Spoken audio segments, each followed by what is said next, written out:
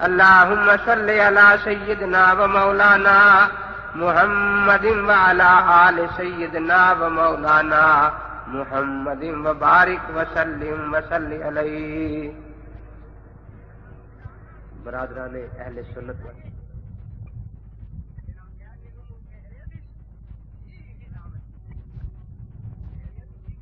آپ میں سے ہمیں انسان بنایا جو اشرف المخلوقات ہے۔ انسان اور غیر انسان میں ایک بڑا واضح فرق ہے، وہ ہے عقل کا ہونا۔ اللہ نے انسان کو عقل کے نور سے نوازا ہے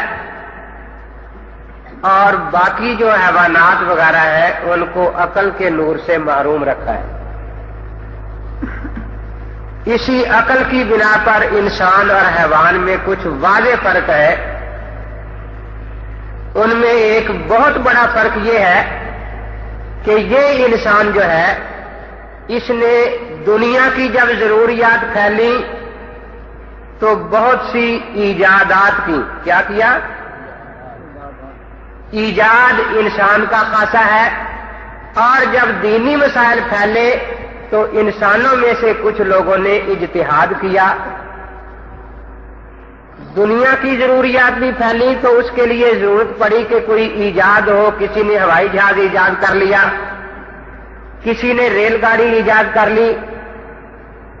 اب ایجاد کرنے والا موجد ہے، خالق نہیں، خالق اللہ تبارک و تعالی ہے۔ کوئی یہ نہیں کہتا کہ جس نے جہاز بنایا ہے وہ معاذ اللہ خدا ہے۔ اب ایجاد کرنے والا ایک ہے اور اس سے فائدہ اٹھانے والے کتنے ہیں۔ اسی طرح جب دینی مسائل پھیلے تو ان مسائل کے لیے اجتہاد کی ضرورت پڑی۔ ائمہ مجتہدین نے اجتہاد کیا، اس لیے ہم ان کو مجتہد کہتے ہیں، خدا یا رسول نہیں کہتے۔ اب اجتہاد کرنے والے ائمہ حضرات تھے اور ساری دنیا ان کے اجتہادات سے فائدہ اٹھانے والی۔ تو انسان کا خاصہ یہی ہے، دنیا میں ایجاد اور دین میں اجتہاد۔ اب کوئی آدمی یہ کہے، ایک آدمی میرے پاس آیا کہنے لگا جی انسانی تفصیلات جو ہے ہم ان کو بالکل ماننے کو تیار نہیں، بس جتنا اللہ تبارک و تعالی نے ہمیں دیا اتنے پر رہنا چاہیے۔ میں نے کہا اتنے پر تو جانور رہتے ہیں، جب سے پیدا ہوئے ننگے پھر رہے ہیں آج تک، اور آپ کپڑے پہن کر میرے سامنے آ بیٹھے۔ کیا جب آپ پیدا ہوئے تھے تو انہی کپڑوں میں اللہ نے آپ کو پیدا کیا تھا، یا یہ کپڑے انسان کی ایجاد ہے؟ اللہ تبارک و تعالی نے جانوروں کو پیدا فرمایا، جہاں گھاس ہوگی وہیں چر لی۔ وہ اپنے لیے خود اپنے مکانات تعمیر نہیں کرتے، لیکن انسان کو 100 پاپڑ بیلنے پڑتے ہیں۔ کہیں مرچ نہیں ہے، نمک نہیں ہے، آگ جلاؤ، گوشت کرو، یہ لاؤ وہ لاؤ۔ نہ وہ قورمے کو جانے نہ پلاؤ کو جانے جانور۔ تو یاد رکھیں، جس طرح دنیا میں ایجاد شرک نہیں ہے، موجد کو کوئی آدمی خدا کا شریک نہیں کہتا، اور ایجاد سے فائدہ اٹھانا بھی شرک نہیں ہے، اسی طرح اجتہاد جو ہے یہ کوئی شرک نہیں بلکہ انسان کا خاصہ ہے، مجتہدین کا۔ تو وہ اجتہاد کرتے ہیں، اور جو خود اجتہاد نہیں کر سکتے، جس طرح جو خود جہاز نہیں بنا سکتے، وہ اس پر بیٹھ کر حج کراتے ہیں۔ تو ان کا حج ہو جاتا ہے یا نہیں ہوتا؟ پھر انسانوں میں سے اللہ تبارک و تعالیٰ نے ہمیں اہل سنت والجماعت بننے کی توفیق عطا فرمائی۔ پچھلی دفعہ میں نے تفصیل سے 2 باتیں عرض کی تھیں۔ ایک یہ کہ اہل سنت والجماعت کے ہر لفظ کا مستقل مقصد ہے۔ جب ہم اپنے آپ کو اہل سنت کہتے ہیں تو اپنا تعلق پاک پیغمبر صلی اللہ تعالی علیہ وسلم کے ساتھ جوڑتے ہیں، جو دین کے لانے والے، دین کے لانے والے۔ اور جب ہم اپنے آپ کو والجماعت کہتے ہیں تو اپنا تعلق صحابہ کرام کے ساتھ جوڑتے ہیں، جو دین کے پھیلانے والے، دین کے۔ اور جب ہم اپنے آپ کو حنفی کہتے ہیں تو اپنا تعلق امام صاحب رحمۃ اللہ علیہ سے جوڑتے ہیں، جو دین کے لکھوانے والے، دین کے لکھوانے والے۔ ہمارا یہ نام ہماری متصل سند بھی ہے۔ صحابہ نے حضرت پاک کی زیارت کی یا نہیں کی؟ تو کڑی ملی ہوئی ہے، ٹوٹی ہوئی تو نہیں نا۔ ہمارے امام صاحب نے بھی صحابہ کی زیارت کی، تو الحمدللہ ہمارے مسلک کی سند متصل ہے۔ حضرت بابا فرید الدین گنج شکر رحمۃ اللہ تعالی علیہ، آپ کے ملفوظات میں ہے، عصر کے بعد بیٹھے تھے تو مریدوں سے ایک دو سے نام پوچھا، باپ کا نام پوچھا، دادا کا نام پوچھا۔ دو چار مریدوں سے پوچھنے کے بعد فرمایا کہ دیکھو تمہیں اپنا نسب یاد ہے، اپنی نسبت بھی یاد رکھو۔ عرض کیا حضرت ہمیں یاد کرا دے۔ فرمایا امام اعظم ابو حنیفہ رحمۃ اللہ علیہ شاگرد ہیں حضرت انس بن مالک رضی اللہ تعالیٰ عنہ کے، اور وہ شاگرد ہیں حضرت محمد الرسول اللہ صلی اللہ تعالی علیہ وسلم کے۔ ایک واسطے سے ہمارا مسلک اللہ کے پاک پیغمبر سے مل رہا ہے۔ مریدوں نے درخواست کی کہ حضرت پھر آج امام صاحب کے کچھ فضائل بیان ہو جائے۔ فرمایا فرید اور امام صاحب کے فضائل مشہور ہے کہ ولی را ولی میں شناست، ولی کو ولی پہچانا کرتا ہے۔ امام ابو حنیفہ ملحد ہے، ان کی پہچان ملحد کو ہوتی ہے، دوسروں کو کیا پتا اس کی قدر کیا ہے۔ ان کی اصل کمال اور پہچان ائمہ مجتہدین کو ہوتی ہے۔ فرمایا میں اتنا جانتا ہوں کہ امام ابو حنیفہ رحمۃ اللہ علیہ کے چھوٹے شاگرد امام محمد رحمۃ اللہ علیہ جب سوار ہوتے تھے تو امام شافعی ان کے رکاب پکڑ کر 5-7 بھاگا کرتے تھے۔ تو امام اعظم ابو حنیفہ رحمۃ اللہ تعالی علیہ کا کیا مقام ہوگا؟ تو میں نے یہ بھی بتایا کہ اہل سنت والجماعت حنفی ہماری متصل سند ہے، الحمدللہ ہم سند والے ہیں۔ تیسرا یہ کہ اس میں ہمارے چاروں دلائل کا ذکر آ جاتا ہے۔ سنت میں 2 چیزوں کا ذکر ہے، علم قرآن کا اور نمونہ عمل حضرت محمد الرسول اللہ صلی اللہ تعالی علیہ وسلم کا، کیونکہ سنت کہتے اسے ہے کہ آپ نے جو قرآن پاک پر عمل کر کے عملی نمونہ پیش فرمایا اس کو سنت کہا جاتا ہے۔ تو سنت میں کتنی باتیں آ گئی؟ 2، علم قرآن کا علم اور نمونہ عمل حضرت محمد الرسول اللہ صلی اللہ تعالی علیہ وسلم کا۔ تو اہل سنت کا معنی بھی سمجھ آ گیا کہ اہل سنت وہ لوگ ہیں جو قرآن پر عمل کرتے ہیں، لیکن اپنی طرف سے نئے نئے مطلب گھڑ کے نہیں، جس طرح حضرت پاک نے عمل کر کے دکھایا اس نمونے کو سامنے رکھ کر قرآن پر عمل کرنے والے، ان کو کیا کہا جاتا ہے؟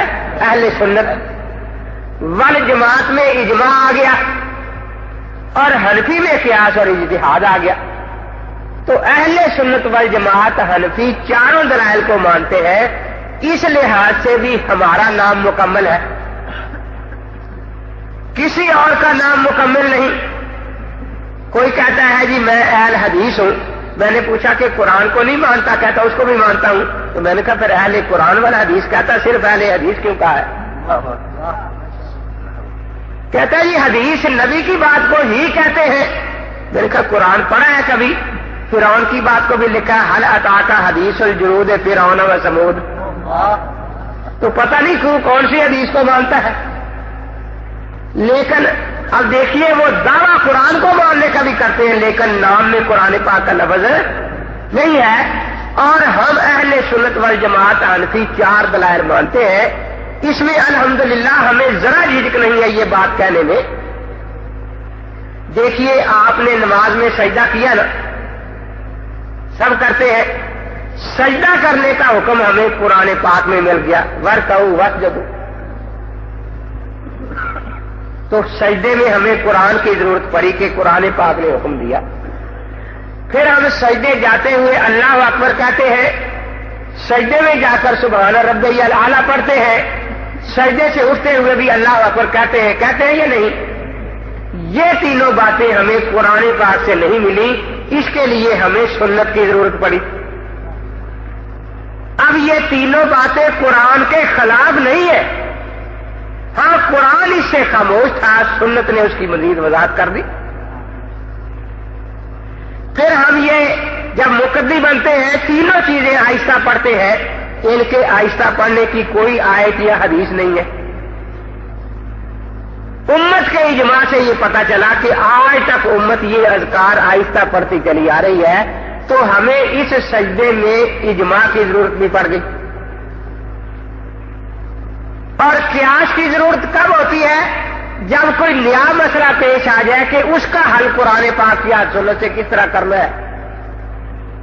اب یہ تین کام تو ہم روزانہ کرتے تھے، جو کتاب اللہ، سنت رسول اللہ اور اجماع سے ثابت ہے۔ ایک دن ہم سجدے میں گئے تو بھول کر سبحان ربی العظیم پڑھ لیا، ایسا ہو جاتا ہے یا نہیں ہوتا؟ اب یہ آج ایک نیا مسئلہ سامنے آ گیا، اس کا حل بھی ہونا چاہیے یا نہیں ہونا چاہیے؟ کسی قرآن پاک کی آیت میں صراحتاً اس کا حل موجود نہیں، کسی حدیث میں صراحتاً اس کا حل موجود نہیں، اجماع امت میں اس کا حل کوئی موجود نہیں۔ لیکن جب ہمارا دین کامل ہے تو اس کا حل ہوگا تو کہیں نہ ضرور۔ اب مجتہد نے اجتہاد سے اس کا حل معلوم کیا۔ اجتہاد کہتے ہیں کتاب و سنت کے قاعدے جاننے کو۔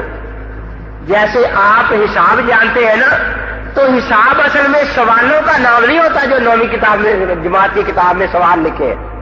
حساب نام ہوتا ہے قاعدوں کا، وہ قاعدے جس کو یاد ہو جائے اس کو حساب دان کہا جاتا ہے نا۔ اب جس طرح حساب کے قاعدے سے جو سوال جواب نکلتا ہے اس کو حساب کا جواب کہتے ہیں، کسی کی ذاتی رائے نہیں کہتے۔ اس میں ایک نے بتایا جی 9 9 81 ہے، تو میں نے پوری دنیا میں کوئی بیوقوف نہیں دیکھا جو کہتا ہے کہ 9 9 81 حساب کا جواب نہیں، کسی کی ذاتی رائے ہے۔ یہ حساب کا جواب ہے نا۔